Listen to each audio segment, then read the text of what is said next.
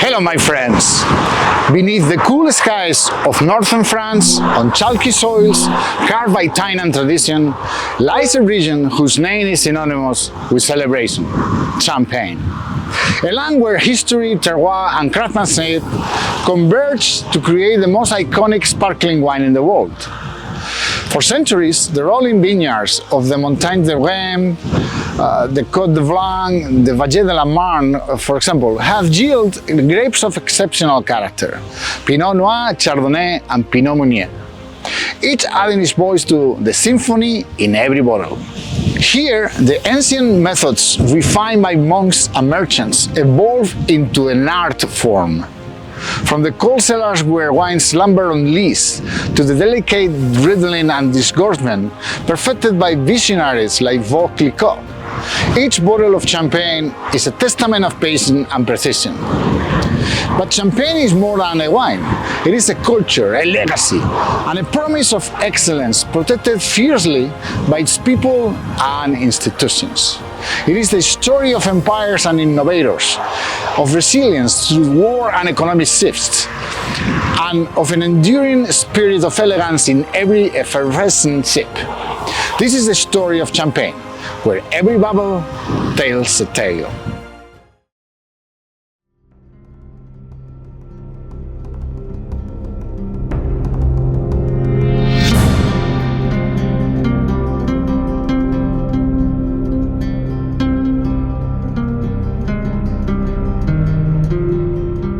The Champagne region, stretching across northeast France, is divided into 5 main production regions, each contributing its own character to the wines.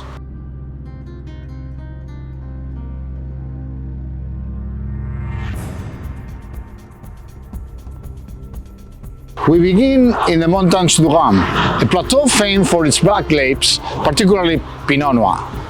Here, Grand Cru villages like Meilly, Bersenat, Bercy and Ambonnay, and Boussy, where we stand at this moment, deliver structured wines with high acidity grown on chalky soils that retain and drain water exceptionally well. Moving westward, the Vallée de la Marne follows the path of the Marne River. This area is dominated by Meunier plantings on clay, marl and sand. The prestigious Grand Cru village of Ailly is found here. Heading south from Epernay, the Côte de Blanc is a narrow ridge almost entirely planted with Chardonnay. Its pure chalk soils yield elegant mineral wines with great longevity. Notable Grand Cru villages here include Cramant, Avizé and Auger. Continuing south, we reach Côte de Cézanne, a gentle extension of the Côte de Blanc. With warmer southeast slopes and more clay-based soils, this region produces fruited Chardonnays that are often used in fresher styles of champagne. Finally, much further south, the Côte d'Ivoire lies closer to Chablis than to Epernay. This is the stronghold for Pinot Noir, grown on Chimerigian soils and steep limestone-rich slopes. The wines here are ripe and expressive, providing valuable depth to non-vintage blends crafted by houses across the region.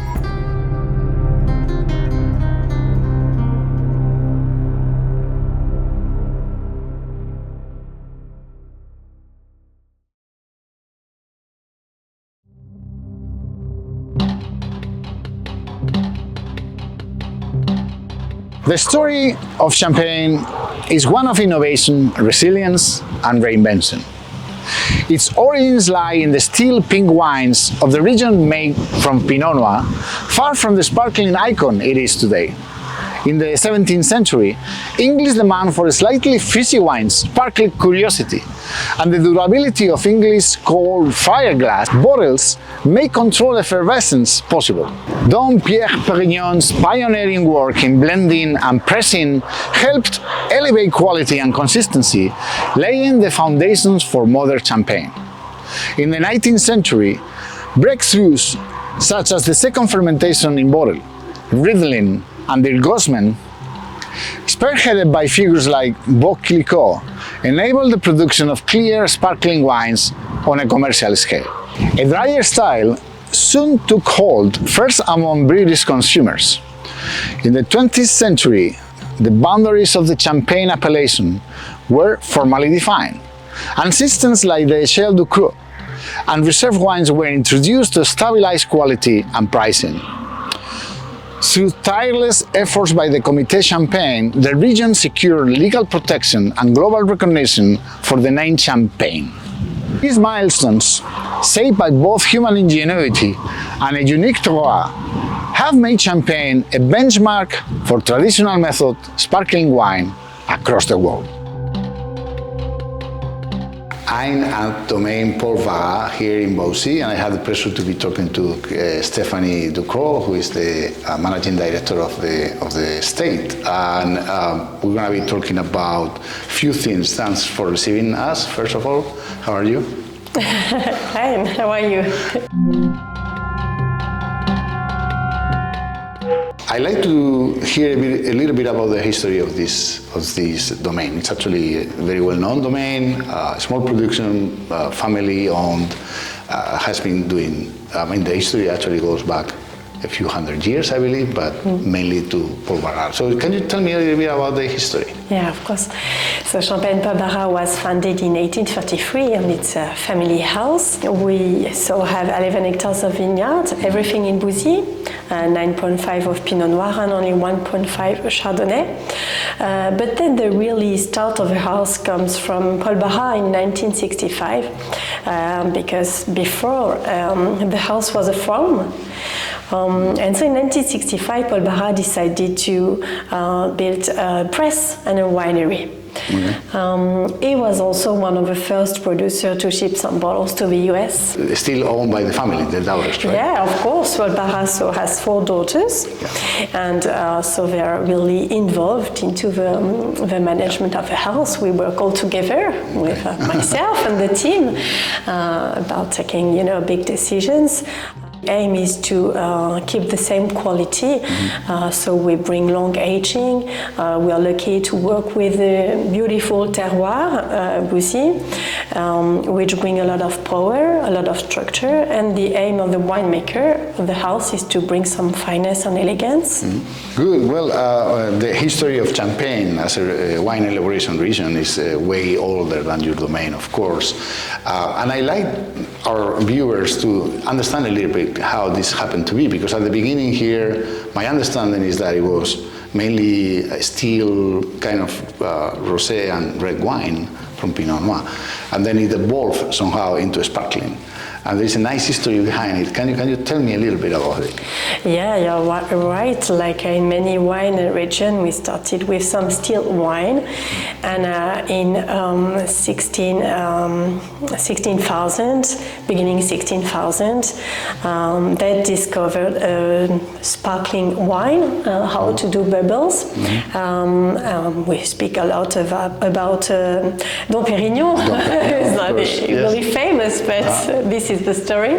And then very quickly, Champagne decided to keep the fact to produce much more sparkling wine because the terroir, the climate, everything is just perfect to produce sparkling wine. Right. Okay, so Champagne is not just the Montagne de Reims. We are right now in Montagne de Reims, in Boussy, but it's actually 5 areas. Can you tell me about the composition of the structure here in Champagne? So we have indeed different areas. So here Montagne de Reims, so much more Pinot Noir, and you've got also Côte des Blancs, where you will find much more Chardonnay, Vallée de la Marne with much more Meunier. And you have another really interesting region, the region of Aube, in which you will find also a lot of Pinot Noir. Okay, and then there is where Côte de Bar is? Côte des Bar, this is the region of Aube. Oh, okay, I see. Yeah. But there's another one that is Côte Cézanne. Côte de Cézanne, yeah, you're right. So which one is like, what do they have? Do they have Chardonnay? Côte de Cézanne, I think they have Pinot Noir and Chardonnay much more.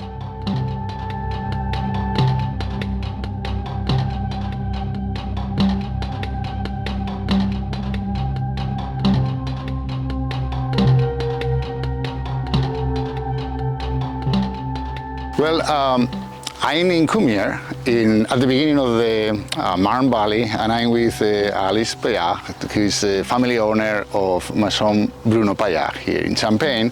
Thank you very much for receiving us, Alice. Bonjour Enrique, thank you for coming. You have a very curious history when it comes to analyzing a producer in Champagne, because your father, who is still very active, started this winery in the middle of the 20th century when no new winery had been established in Champagne for a century. So can you tell me a little bit about that? Yes, it's, well, because to understand Champagne history, one needs to look at geography. Geography explains history, it's really a key. And Champagne has always been in the heart of many battles in European history. Absolutely. On the way between Germany and Paris. So it's a region that has suffered a lot from wars, and it took a lot of time to rebuild Champagne after that. It was a region that needed to heal before anything. And then some people wanted to create new things, but it came much after, much later. And my father had this desire. We are an old family from Champagne, dating back to 1704. But as often in families with land, the land goes to different branches. Right. And so he didn't have any land, but he wanted to make his own wine. So he started his own story in 1981. Okay, but he started as a broker, as a negociant, right? Absolutely. And actually doing wine from grapes from viticulturists in the region, not his own grapes in the beginning. But it's very interesting because he didn't own any land. So the broker in Champagne is a person who makes a link between the grower and the house. And it was interesting because when you are a broker, what you do is you exit your own village. You go everywhere, you knock at every door, you meet people, you taste all the wines. So for 6 years he built his mental map of his ideal Champagne. Ideal Champagne, yes, I understand. Well, also not easy to build a Champagne producing company, because Champagne is not the easiest wine to make. It needs a long aging to begin with, but also blending between different years. So how long it took him to get the first bottle out since he started vinifying? Well, he pretty much the same number of years it took him to get a salary from it. So he continued to work as a broker for many years. He already had 3 children, and then he was a father. He had to, so he built for many years before he could actually start to make a living from it, as you rightly said. And so the first bottling from his vineyard was 81, but he started to release from 85, 6, 7, on and on, little by little. Première cuvée, and then vintages, and progressively. Well, so this actually, I assume, gave him a little bit of an advantage, right? As you say, he was a broker, he knew the areas, not just his own. Yes. He actually chose the plots that he thought, oh, this is going to give me whatever I need for my champagne. And it very quickly started to receive very good criticism, particularly from British critics, right? And I believe this launched him into some kind of fame. And I think some people accepted to trust him because he was hoping to buy some grapes from some terroirs, from some sample people. Some people said no, and some people said, okay, I trust you, I'll sell you a bit of grapes. So that the first very important thing is that we always kept this relationship with the people who trusted him in the first place, because they are in good places and they are good people. And yes, and it took him time, but from the beginning, he knew what he was hoping to do. It doesn't mean he succeeded immediately, but he was always aiming to choose land where we could feel the origin of chalk, and so vinify in a way that this identity would be bright and shiny and would be able to understand and taste. So first pressing, low dosage. I believe this was very different when people started to taste at the time. And then, of course, you still work with a lot of growers. Yes. Maybe about half. Now it's half of But then he started buying plots in different places. So actually, this gives me a very good opportunity to ask you about the history of the Champagne region as a whole, because we are in a place in where, because you have plots in different areas, right? So we are in a place, I want you to explain, but you can see actually 3 areas from here, right? We are in the Marne Valley. Yes, exactly. The Bus, the Marne continues further west or further east, but as far as the vineyard is concerned, we consider Dizy, Auvillé, Cumières. Here is Cumières, is the Bus of the valley. And it's interesting because we are right now standing on the slopes, southern slopes of what in fact is the Reims Mountain. Behind your back is the top of the Reims Mountain. We can see Auvillé. On the back behind, we can see Mareuil-sur-Aille. Right. And in the hole, in the flat, is the city of Épernay. Yes, and then behind you have the Côte de Blanc. Exactement. Behind is the beginning of the Côte de Blanc that will go further south with mostly eastern orientation. Okay. And so here we are in the heart, and this slope you can see is beautiful orientation, south-east, windy, so beautiful, great potential for maturity, and that's why we planted it in Pinot Noir. Cumières, so Marne Valley is known for Meunier very often, but you can have also beautiful Pinot Noir, particularly in Cumières, where you can find producers who do beautiful red Coteaux Champenois. We'll talk about soils later, but I want also to ask you a little bit of going back in history, because if you go to a book now, you'll find the Marne Valley, the Montagnes du Rhin, and the Côte de Blanc from here, but in the past this was called differently. Yes, exactly. Well, because in the past, again, geography explains history, and most of the wines were vins de rivière. The oldest vineyards were planted by the river, because the river was a way also to make the wines travel, to be shipped. And so most of also the place further, south sun slopes, Mareuil-sur-Aille, etc., and the north part of Côte de Blanc, which is Chouilly, where all this territory with Auvillé and Cumières were called rivières. And the Côte de Blanc was further south, starting with Avize, and the Montagne de Reims was the northern slopes, the Coteaux de Sillery, Verzy, Verzenay, etc.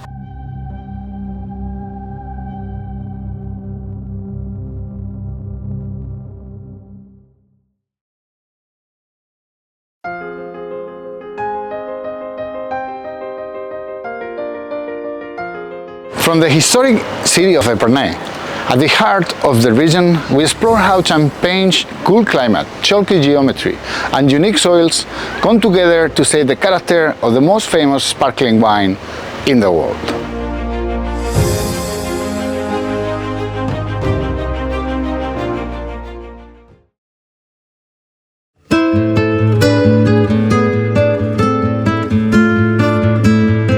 Situated just south of the 50th parallel, the region has a cool continental climate with some oceanic influence.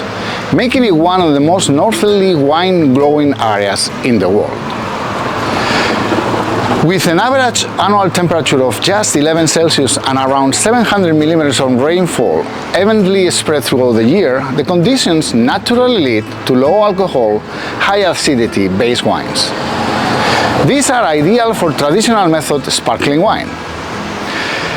Though the region shares this overall climate, subtle differences exist between subregions.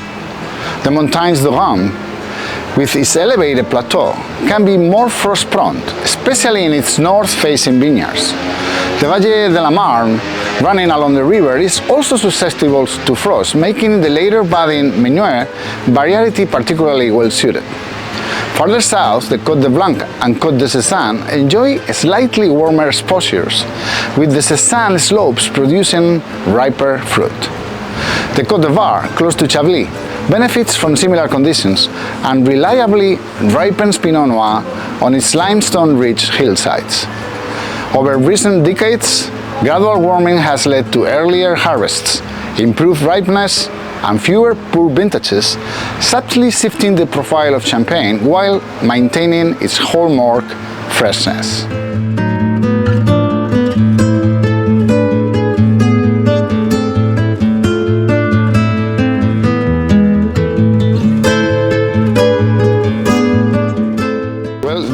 One of your Pinot Noir vineyards here in Boussy, and I like. It's a beautiful place because you can see these rolling hills that you have in this area. But can you tell me a little bit about the climate in the area of Champagne in general, but also in Montagnes de Rhône, and particularly here in Boussy? So we have continental climate, so it's never too warm, never too cold. Quite a lot of rain during all the year, maybe around 700 millimeters per year, which could be a problem sometime during spring, because of disease. So we have to be careful about this. During summer it's around 25 degrees, and during winter it's quite rare to get under 0 degrees, quite rare. So it's a cold climate in general. Quite cold. Today you can see that. The highest north wine elaboration area in the world, I would say. Close, right? Yeah, for sure. So you had to handle this cold weather, and that I assume you had to maybe work the vineyard in a particular way in order to be able to get full ripeness of your grapes? Yeah, of course. Then with Champagne, you know that we are looking for some freshness, so the climate is just perfect to produce Champagne. We are looking for acidity also, so that's good. And for ripeness, of course, you need to wait for some days to get the right ripeness. I want to ask you also about the climate of Champagne in general, and again, we have the confluence of 3 different areas. I know that there's small variations of climate within the different areas, but can you just give me a kind of general sense of how you feel the climate here? It's cold, of course, continental.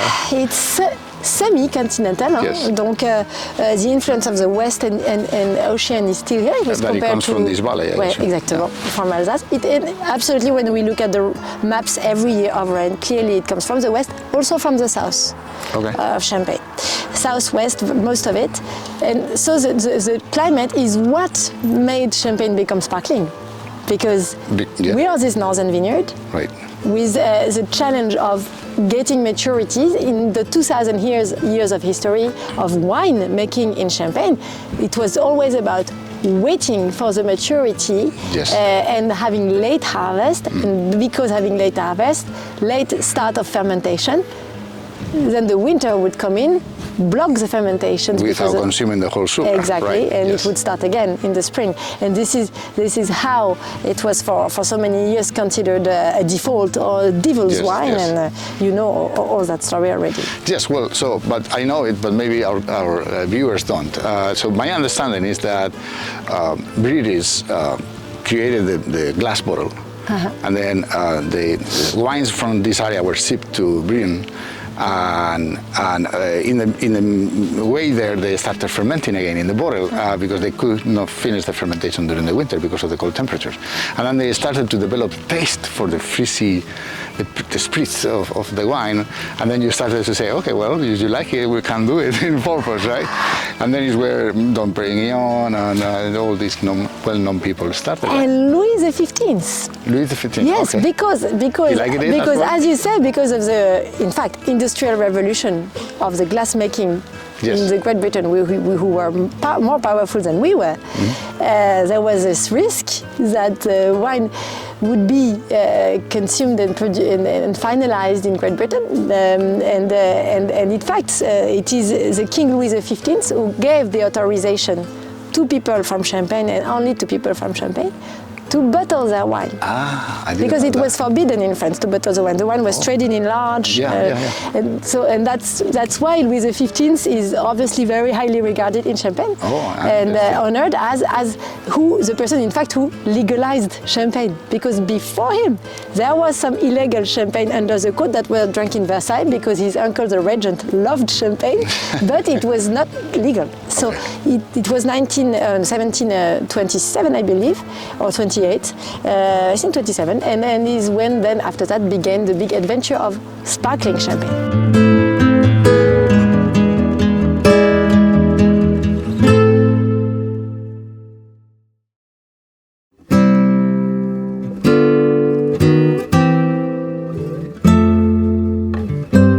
Champagne's geology and soils are fundamental to the character and finesse of its wines. The region sits atop the ancient seabed of the Paris Basin, where layers of chalk and limestone dominate the subsoil, especially in the northern areas around Reims and Epernay. Chalk, known for its excellent drainage and water retention properties, is particularly valued in Champagne. It provides vines with a steady water supply, even in dry years, while reflecting sunlight to aid ripening. This is especially beneficial for Chardonnay, which thrives in the pure chalk soils of the Côte de Blanc. Soil types vary across the region. The Montagne de Reims features a mix of chalk, clay and sand, with Grand Cru villages rooted in chalky soils that support both Pinot Noir and Chardonnay. The Val de la Marne is more diverse, with heavier clay, marl and sandy soils favoring Meunier. South of Epernay, the Côte de Cézanne transitions to more clay and silt, while still retaining pockets of chalk. In the southern Côte de Bar, the geology shifts dramatically to Kimmeridgian mold and limestone, shared with Chablis. These geological differences, layered across the landscape, contribute complexity and distinction to Champagne's blends. The soils, I know that the soils vary very much, or not very much, but they vary across different regions within the Champagne region. You have 5 regions, right? We're again in Montagne de Reims. And what you have here when it comes to soils? Yeah, so in Bouzy it's really a mix of clay and chalk.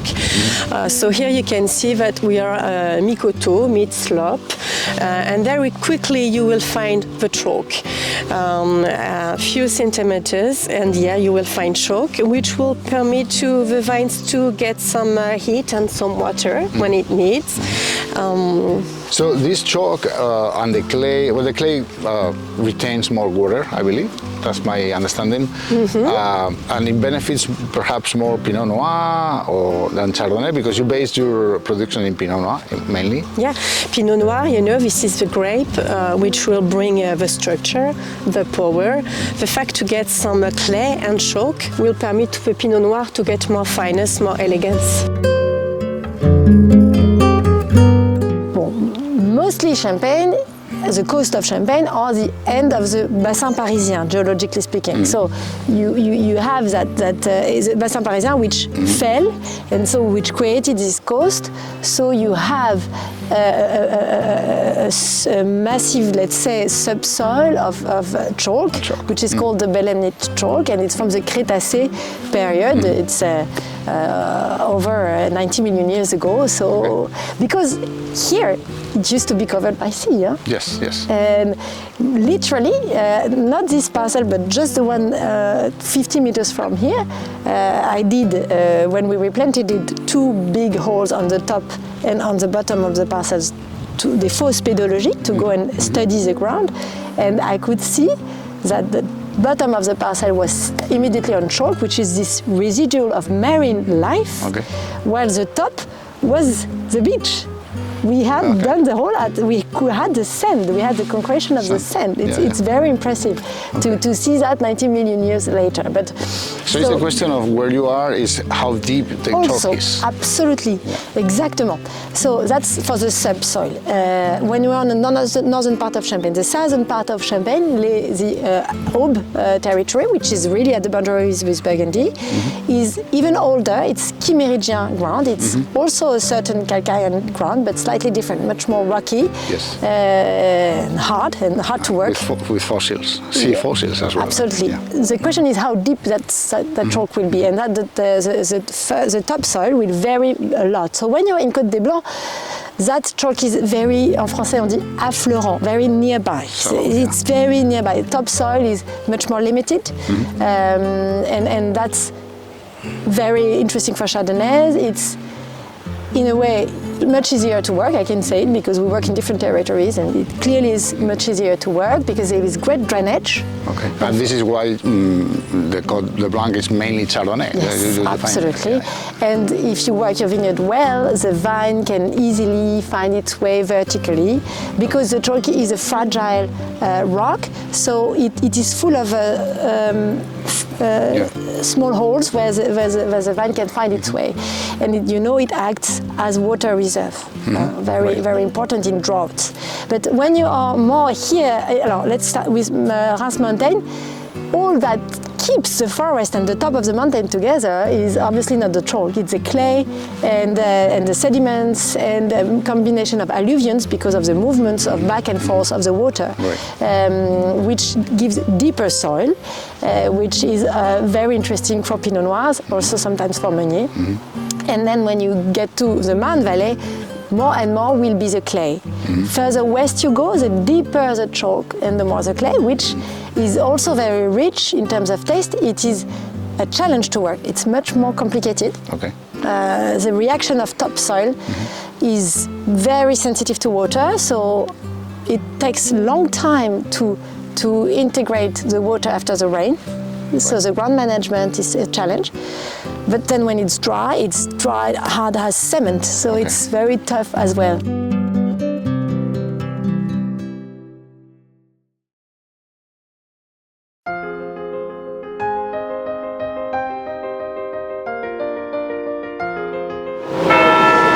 I'm in the Cathedral of Arms, a historic town at the heart of Champagne's vineyard trade. And we will uncover the meticulous viticultural practices and the great varieties that define the region's iconic sparkling wines.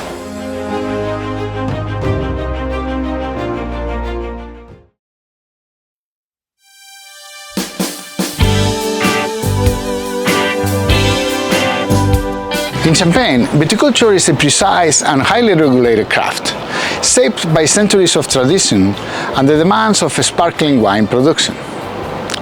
Vineyards are planted at high densities, around 8,000 vines per hectare, to ensure optimal fruit quality. Pruning, training, and spacing are strictly controlled, with 4 officially approved systems: Taillis Chablis for Chardonnay, Cordon du Royal for Pinot Noir Meunier, and the Goujon and Vallée de la Marne systems permitted in lower rate sites. Each vine must not exceed 18 fruiting buds per square meter, maintaining a balance between yield and quality. Grapes are hand-harvested in whole bunches to prevent oxidation and ensure gentle pressing, vital for preserving delicate aromas and freshness.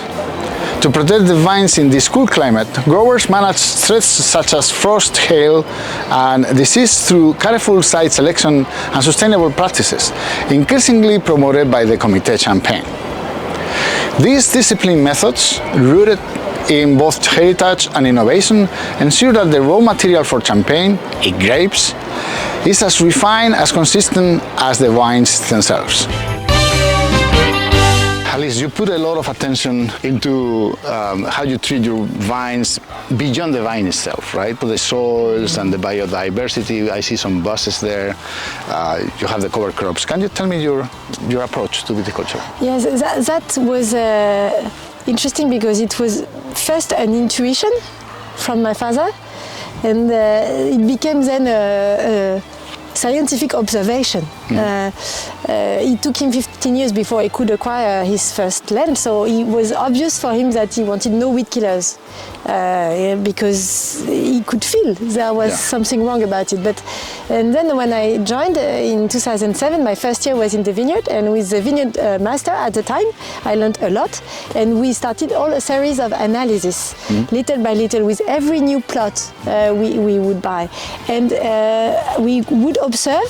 Sometimes you hear very dramatical and negative things about the ground, like it is dead or there is no life in it. I would like to say it's not true. Nature is much more powerful than we are. Right. And what we saw, what we really observed, is that often the grounds were blocked. That's a fact, yes. We were blocked by compaction, maybe? Blocked, compaction. Compaction is important. Maybe too much history of copper in the ground for too many decades at a time when people were maybe putting a lot of it, so that was still having some effect. But in fact, nature is only asking for peace, and very, very easily starts again. So our belief is that, in fact, 70% of our energy, human thinking, human work, investments in terms of team, tools, etc., is sought from the ground. Okay. And I'd say 30% around the plant itself. We believe that if we are succeeding in bringing back the life in the ground, the plant will be naturally stronger, more resistant, and the wine will be far more interesting. I always summarize our philosophy with verticality and transversality. Verticality for the rooting system. Okay. Because if we want to be on chalk, we need to go and meet this chalk. And transversality is developing that microbiological life in the ground. I like to understand the viticultural practices that you have for your vineyards. And we are with Bosie right behind us at the lower side of the valley. Beautiful view from here. And this actually gives you a little bit of a microclimate that allows you to have a little more heat in your vineyards, right? Yeah, Bosie benefits like a warm belt because we are south-facing, and as you can see, we have some altitude around the Montagne de Reims. So yeah, it's not big mountains, but with this kind of vineyard, we have around 200 meters, which permits to get more heat, of course, and it brings a lot of ripeness. Pinot Noir. The Pinot Noir from Bosie is really famous because a bit more power, a bit more ripeness. Right, and I assume that you also get a little more structure on these Pinot Noirs of yours because you use old vines, right, from 40 to 60 years old. Like this one is 40 or something. Yeah, so we have 11 hectares of vineyard with much more quite old vineyards to get more complexity, more structure, more flavors. And how do you train your vines? Do you use the Cordon de Royal, That's mandatory here in Champagne, right? Yeah, for the Pinot Noir, that's true. We have a bit of Chardonnay, so for the Chardonnay we use the pruning Chablis, but for all the Pinot Noir it's Cordon de Royal. And the Cordon de Royal, it remains all good, a long arm, and then you prune and leave some buds. Certain numbers of buds, All right. And all is hand-picked, of course? Yeah. In Champagne it's forbidden to use machine for the harvest, so we have always the same team, around 20 people, to do the harvest by hand. Okay. And it's important when you do a sparkling wine in particular that the grape arrives very, very fresh to the winery. You do the hand picking early in the morning, or it doesn't matter because it's cold the whole day? It depends the weather during the season of picking. for sure, if it is too warm, it's really important to get quite early in the morning to avoid to get too warm grapes. Then in Champagne, it's quite easy to get the good conditions during the harvest.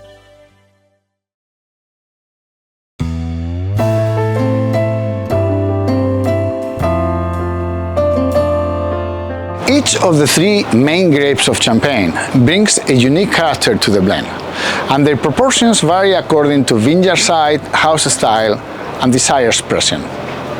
Pinot Noir is the most widely planted, valued for its structure, body, and red fruit notes. Grown especially in the Montagne de Reims and Côte d'Ivoire, it thrives on chalk and limestone soils and is key to both vintage and not-vintage blends. Meunier, a mutation of Pinot Noir, buds later and ripens earlier, making it ideal for frost-prone areas like the Vallée de la Marne. It has fruitiness and approachability to blends and is particularly important in non-vintage champagnes meant for early drinking. Chardonnay, increasingly in demand, contributes finesse, acidity, and longevity. It dominates the chalk-rich Côte de Blanc, producing elegant wines with great aging potential. Together, these three account for over 99% of plantings across the nearly 35,000 hectares of Champagne vineyards. Tiny amounts of other permitted varieties, Pinot Blanc, Arvan, Petit Meslier, and Formentor, still exist, mainly in niche cuvées made by a few specialists. That's a survivor from harvest. Yes. But traditionally, Pinot Noir have this smaller and very compact shape. And with Meunier, we can sometimes have grapes that can be also slightly bigger. It depends on the vegetal material. Traditionally, the skin of the Meunier can also be sometimes very fragile. Out of the three grapes, Chardonnay, Pinot Noir, and Pinot Meunier, we are particularly cautious with the Meunier. Okay, and that is why it has a thinner skin. Yes. Yeah, and the bunch is less compact than Pinot Noir. It depends. Depends on where it's grown and how. Yes, there are different types of vegetal material, even grape by grape. Even in Pinot Noir, you can have some grapes that are with more air circulation. When it comes to the tasting profile of the different grapes, we all know about Pinot Noir. Pinot Noir is this red fruit, a lot of age-worthy potential and structures as well. What about Pinot Meunier? What it gives to your champagne? Super interesting. Meunier tends to have less acidity than Pinot Noir. And, it can help bring certain softness in the balance of the wine. If you only characterize the varietal aromatic without the terroir aromatic, it's generally offering notes of pear, rose, lychee, you know, that softer and type. But Meunier, like Pinot Noir and Chardonnay, can be super interested when well connected to the ground, and it can also bring salinity. I think an interesting example is when you taste Dosage Zero from Bruno Paya, it's 50% Meunier. And the salinity you have is very surprising. So that's why it's always interesting to know what are the typical varietal aromas, but then to question your tasting of the wines with regards to the original terroir. And with the climate we have here in Champagne, one of the elements we fear are spring frosts. So spring frosts, if it is April 10th or April 28th, it will impact the vine very differently. These few days will be crucial. And so the Marne Valley, we just said the water comes from the west, so it has more water.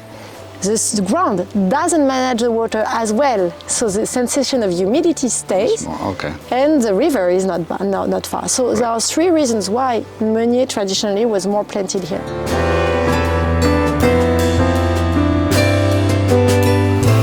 You have a bunch of Pinot Noir in your hand, and this is one of the three grapes that you work with in Champagne, the other two being Chardonnay and Pinot Meunier, but you just call it Meunier. Meunier today, Meunier. this is the name. Well, you specialize in Pinot Noir mainly, and I'd like you to explain Pinot Noir in Champagne.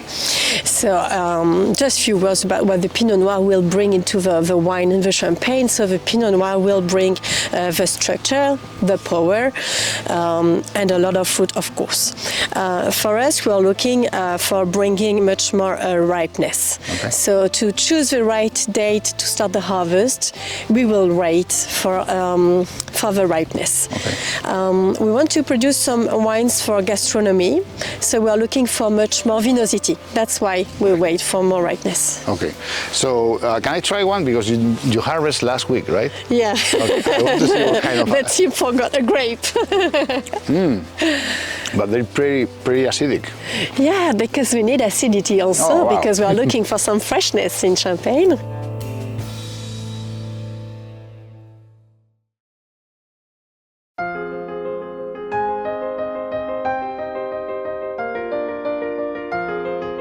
We are now in Beaucy, a very special commune in the Montagne de Reims AOC, located between the well-known Champagne cities of Reims to the north and Épernay to the southeast.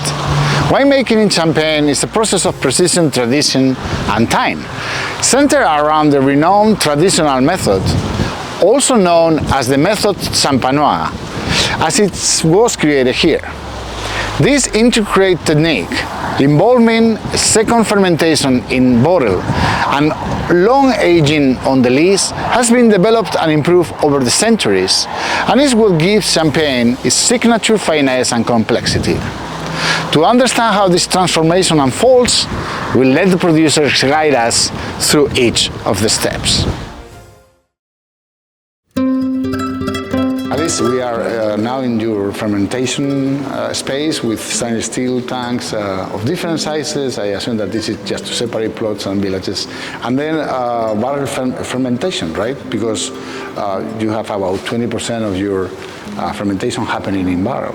That is perhaps not the standard in Champagne. No, that's true, and particularly in the 90s, it was people had abandoned the barrel because it's complicated to work. But it was a part of the project from Bruno Paillard since day one. It's not new. You can see it's always aged oak, of minimum with 2 fermentations before we get them, and then we can keep them for many years. Okay. We can keep them for more than 15 years. Right. We follow them every year because what we like with the barrel is a gentle breathing of the wine through the oak, but we don't look for the tannins, of course. You do still wine, indeed, right? That's what you do. You ferment to dryness, whether it's in barrel or in stainless steel, because that's how champagne starts, right? Absolutely. And in fact, even some of these will remain still for Coteaux Champenois. Oh, right, yes, because you have the other appellation. Yes, but you're right, that the first phase, and absolutely the difference in formats and sizes and number of contents is to try and adapt as well as possible to the vineyard separation, because even if we have very strong intuitions at the moment of harvest, we still need to remain free. Okay. And not make too early decisions on what should be together. Now, in Champagne, I would say most of it is multi-vintage. So you blend across years, not only across plots and grapes and so on. And you call those wines that you keep somewhere for the next year and for the next year and for the next year, reserve wines. Those have only seen the first fermentation, or have they also already seen the second one? As a vast majority, they have only seen the first fermentation. Okay. And then where But do you... sometimes we like to incorporate in the reserve some wines that have been through a longer years aging in the bottle with a second fermentation, but it's a minority. So where do you keep the reserve wines that have not gone through the second In fermentation? the same place than the others reserve wines. They're all kept not in this room, but in the cellar room. But in bottle? In tank, In tank. and in barrels. Okay. And they are kept in the cellar room because these ones, as you rightly described, they are meant to remain for years, and so they will only need stable temperature, like in the cellar, and the most stability possible, and cool temperature. And our cellar is kept at 10.5 degrees all year long, so it's ideal for the keeping of the reserve wines. Alice, we're in your cellar now. This is cold. You have bottles of champagne resting here, but we're next to your reserve wines. And I like to explain the reserve wines because you do it in a slightly different way than basically everybody. It's aging in perpetuity. Absolutely. Reserve wines are one of the secrets of every producer. And here, since the foundation, now more than 40 years, my father chose to blend every year together with the year before. Okay. And that's what we call the perpetual reserve system, which was started with the first wine of Champagne-Montpellier in 1985 for Première Cuvée, so we are celebrating the 40th anniversary of the start of perpetual reserve. So absolutely, the reserve wines, they can be in barrels or in stainless steel, and so that's one more difference in the nuances bringing in the final blend.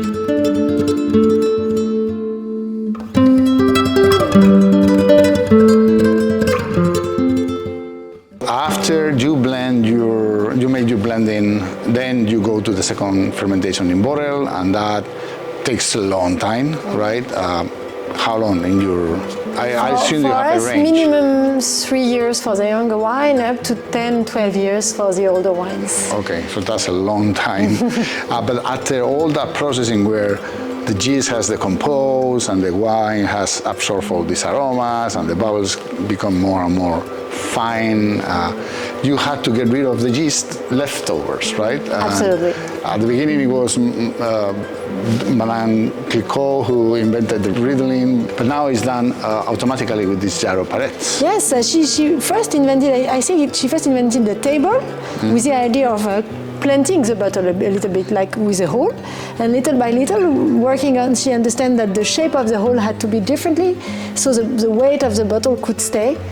And this still exists, of course, in Champagne. It's hand riddling. It's it's not the nicest job to do all day long. It's really hard, but it's the principle is the same. The idea with the jarro palette is that you need to bring the bottle from horizontal position because the aging on the lees, as you said, is always horizontal. So you have the best possible exchange surface between the wine and the lees. So you have to bring it from there to vertical because the only exit possible is the neck of the bottle, and you need to do that gently.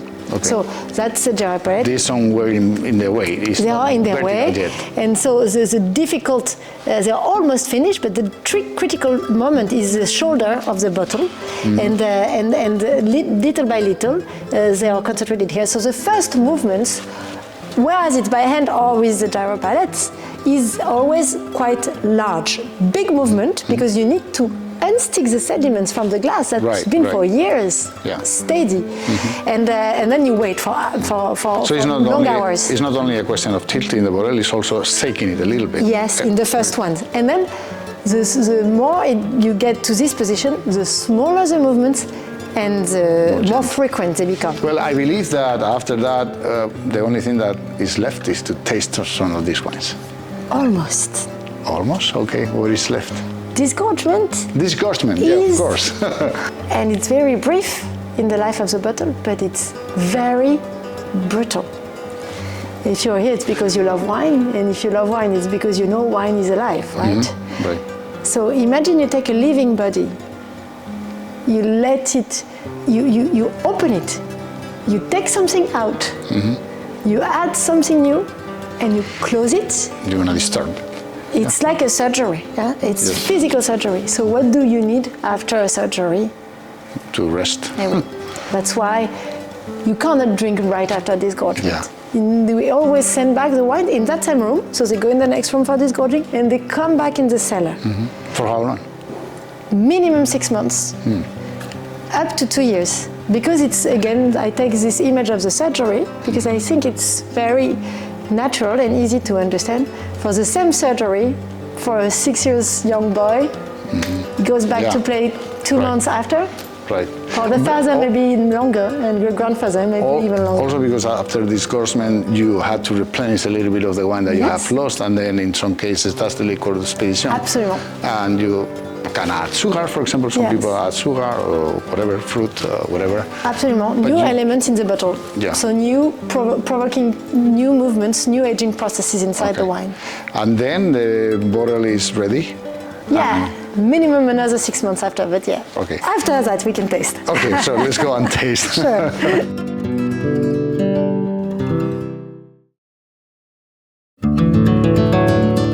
Well, Stephanie, now we are in your elaboration room in front of this huge basket press that is very typical from Champagne, and there is where you receive the grapes.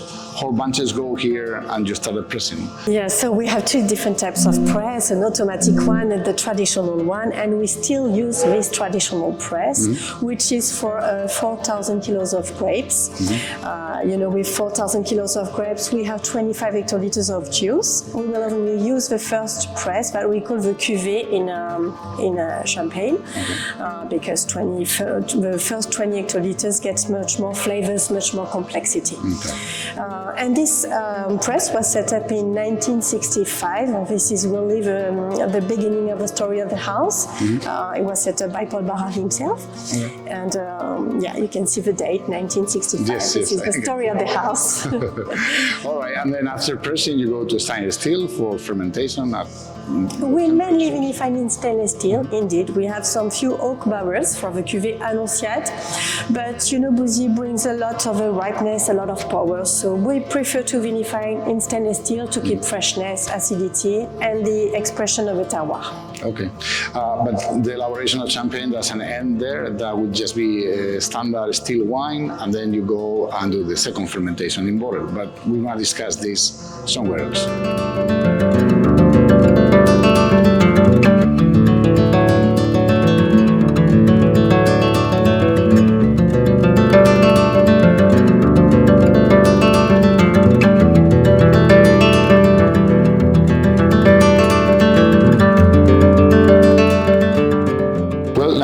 In your cave, underground, we hear some glass, some bottles noise. Working, and we are where the champagne is resting, doing the second fermentation in the bottle. How long it takes the second fermentation in the bottle?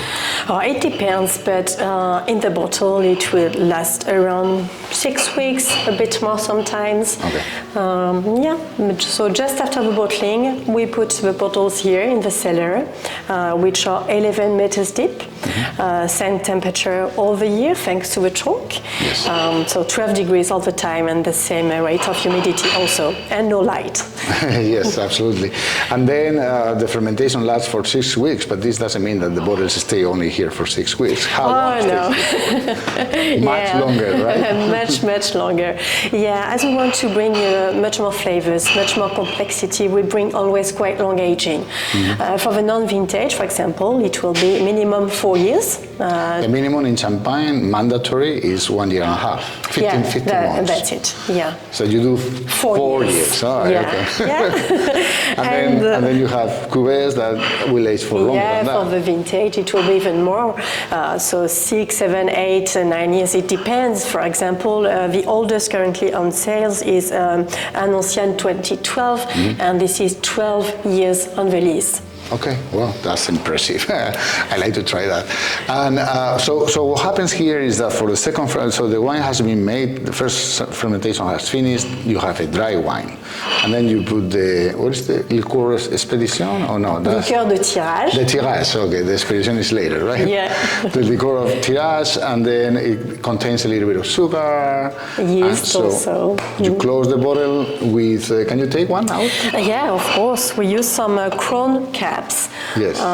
And we will only put the traditional cork just really at the end, the last step, which is disgorging, but usually, yeah. So the fermentation happens in the bottle, and then all the yeast die and they decompose, and this is what during 4 years minimum gets into the wine. Yeah. But then you have to get all the leftovers out of the bottle. How that works? How do you do that? Because can you show them to me? They're all here, right? Of course, you can have a look about also the yeast. This is what we will bring some flavors to the bottle and some complexity to the wine. Yes. And so then we will have to remove it. So we will need to bring this deposit into the neck of the bottle. Okay. So to be honest, with all the bottles, today the writing is made automatically. So with Giro palette, it's easy. Around 1 week, we put 500 bottles but in the past, in a palette. But some years ago, we started to do some Jeroboam, and for the Jeroboam, the team will have to do the writing by hand. Right, and that was invented by Boeuf Clicquot. We talked about it before. It's just basically going from horizontal to basically vertical. That's get all it. The leaves You in bring more and more the bottles like this to bring the deposited to the neck of the bottle. And then we have a disgorging line in which you will put the bottles like this. The deposit is captured in an ice cube, and that we will remove then this ice cube with the deposit. You freeze everything at the neck, and then you open it, and it goes away. That's and it. there is where you put then the traditional cork. And you do the liqueur liqueur de dosage, liqueur d'expédition. Okay. This is the same, yeah. All right. Okay. Okay, great. Well, but I believe the only thing we have left to do is to try it. So, fantastic. Thank you.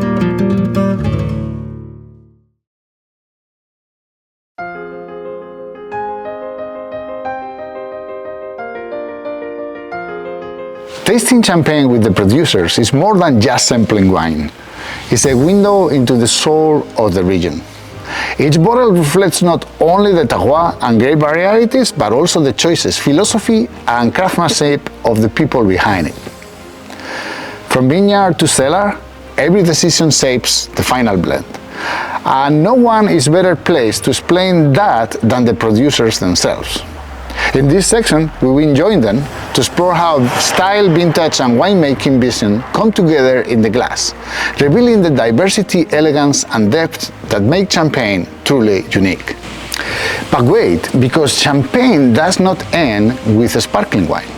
There is another appellation called Couteau Champenois that legislates the production of white, rosé, and red still wine across the region.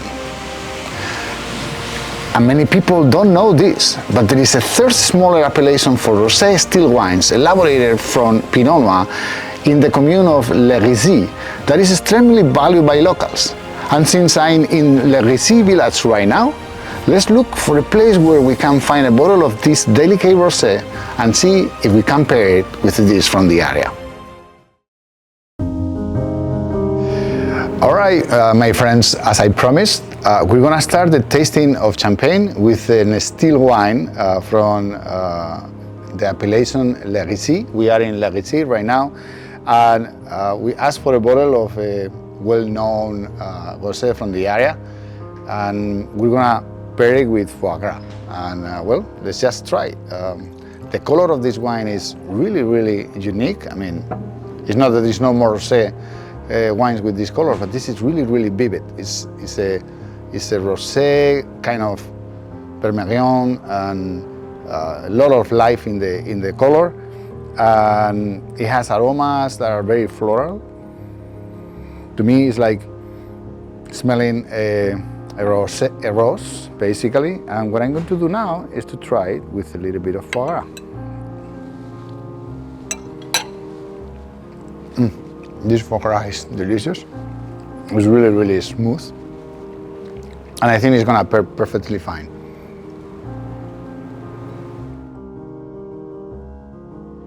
The wine has a lot of complexity. It's very delicate, still floral in the mouth. It has thyme, dry herbs, of course the red fruit. It's an outstanding pairing, and it's a very, very delicate rosé that I had the pleasure to find out that it existed. Actually, I never heard of it before.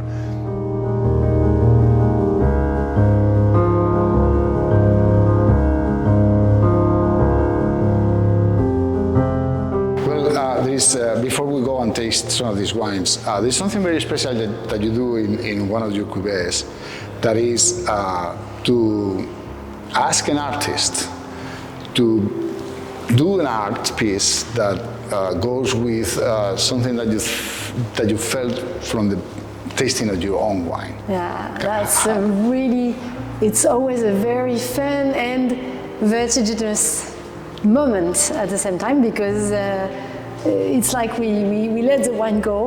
We give in the end of the wine aging, really, by tasting it, we choose one or two words that express our feeling about the wine. Nothing technical, more emotional, and we ask an artist whose universe is meaningful with the theme to create what will become the face of the wine. And each of these original pieces and paintings are concentrated here in the heart of the house. And then it goes also into the label of the wine. Voilà. I really like that idea.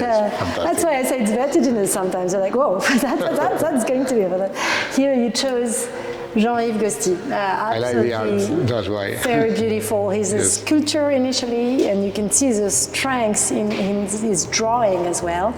And the theme was time ? Based on the fact that 85 was a stunning vintage, very early on, and that is something that usually my father always trained me not to trust too good too soon wine. Okay. Hence the question mark. Okay, the one that we're gonna taste is 2015? 15 or 14, you choose. Well, okay, we'll see, but let's go and taste. At least we're now ready to taste.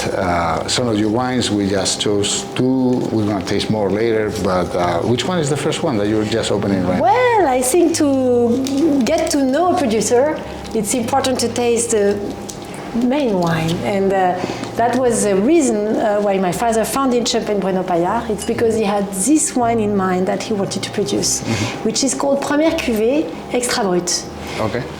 Première Cuvée, we always name our wines relatively technically. It always have a technical meaning. So Première Cuvée means first pressing. Yes. It's a rule for Champagne Bueno Paillard to only vinify from the first part of the juice, which is the purest one.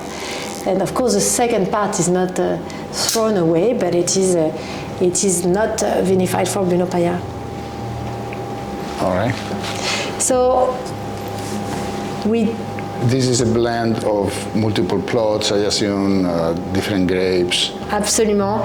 And it's really deserving the multi-vintage name because it is made from the perpetual reserve started in 85. So the percentage of perpetual reserve in the blend can vary a lot depending on the base year. It can be, in history, it has been as low as 25%. It's never been less than 25% in the final blend, but it can go, as it has been sometimes, close to 50%. I see. And it's really a wine of assemblage in that we will have the different territories around Épernay. Côte des Blancs Chardonnay for 33% of the blend. Reims-Montaigne and l'Hérissé Pinot Noir for 45% of the blend, and 22% Meunier from the beginning of Marne Valley. Okay, and how long has it aged for? So it stays on the list 3 years. 3 years, all right. And it was disgorged in October 24. Don't ask me to read without glasses, but that's good that you mentioned because you were one of the first producers in Champagne to start stating the disgorgement date in the bottles. And why you do that? Why is it important to know? At first, my father did that because he could see how much the wine was changing, and he wanted to show people that two bottles that look alike would taste very different if 1 or 2 years had passed between the dates of disgorgement. So he really always communicated that information as a proof of respect for the wine and for the customer. Let's taste this one. It smells very fresh, I can tell. Yes, the color is obviously testifying also of the importance of black grapes in the blend. Very fresh nose and breezy and slight salinity, cessation of being by the sea, but a lot of fruits as well. It's complex. Attack is precise, sizzled.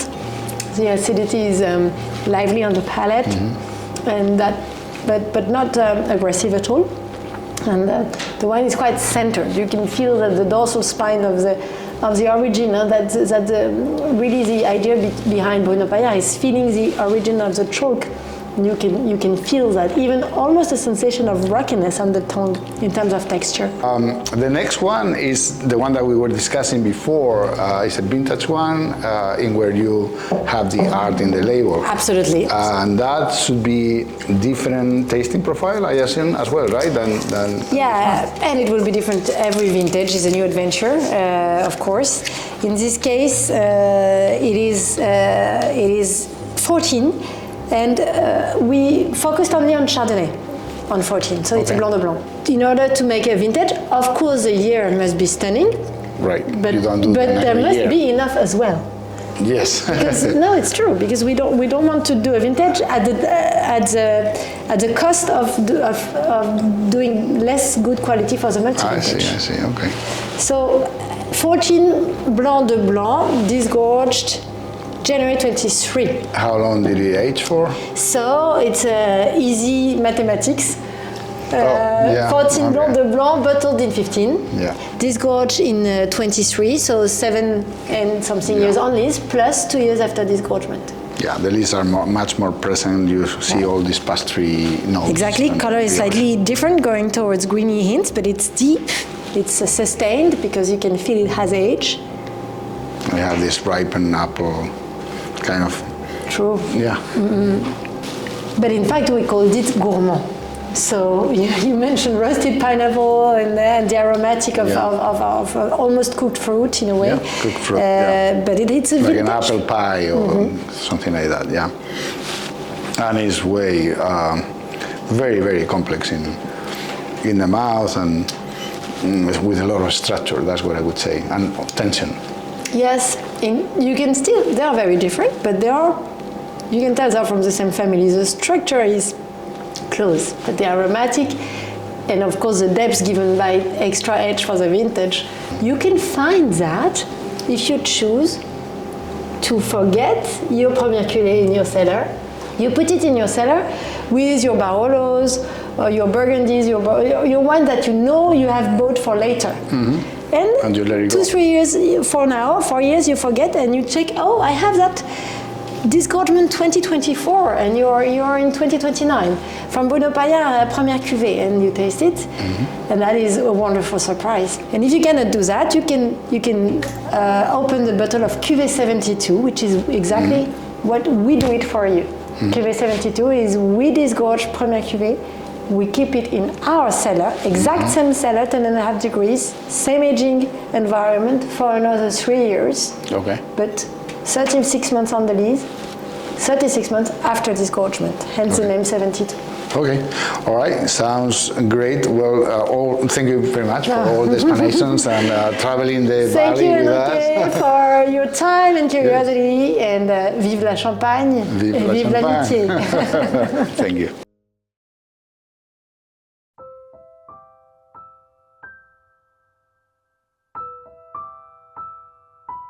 Well, Stephanie, we are here with 7 nice bottles. We're gonna try a couple of them first. Yeah. We don't want to bore people with a lot of tasting.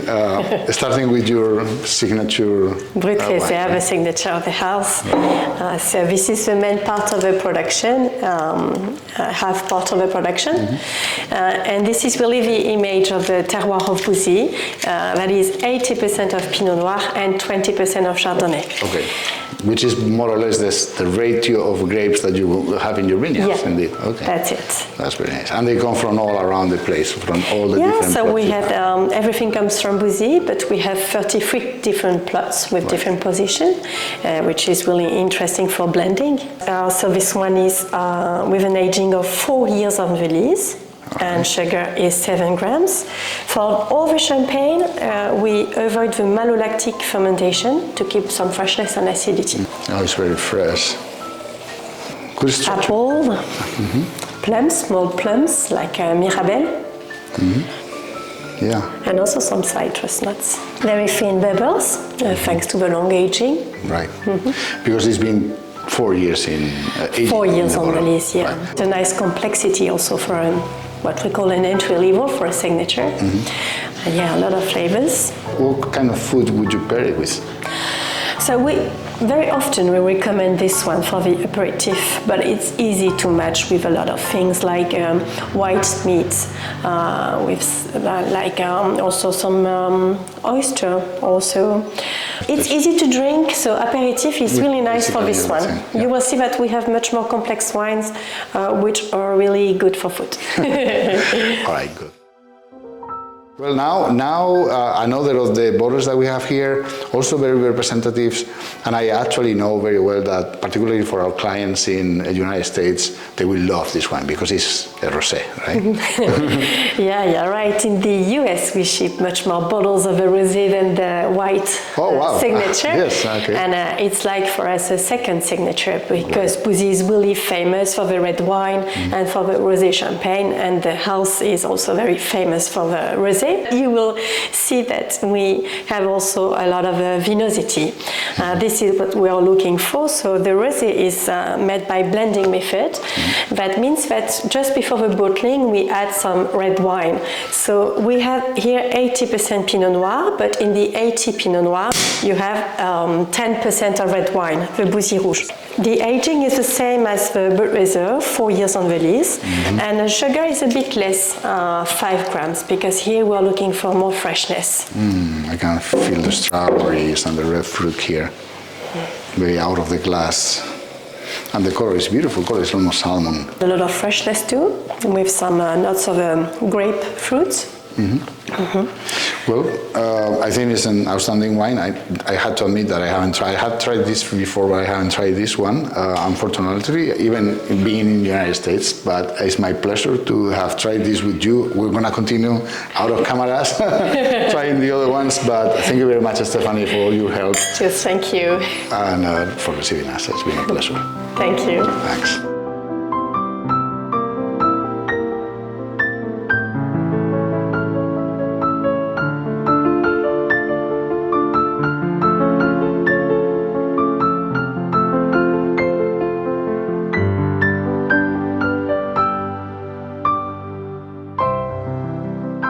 Champagne is far more than a sparkling wine.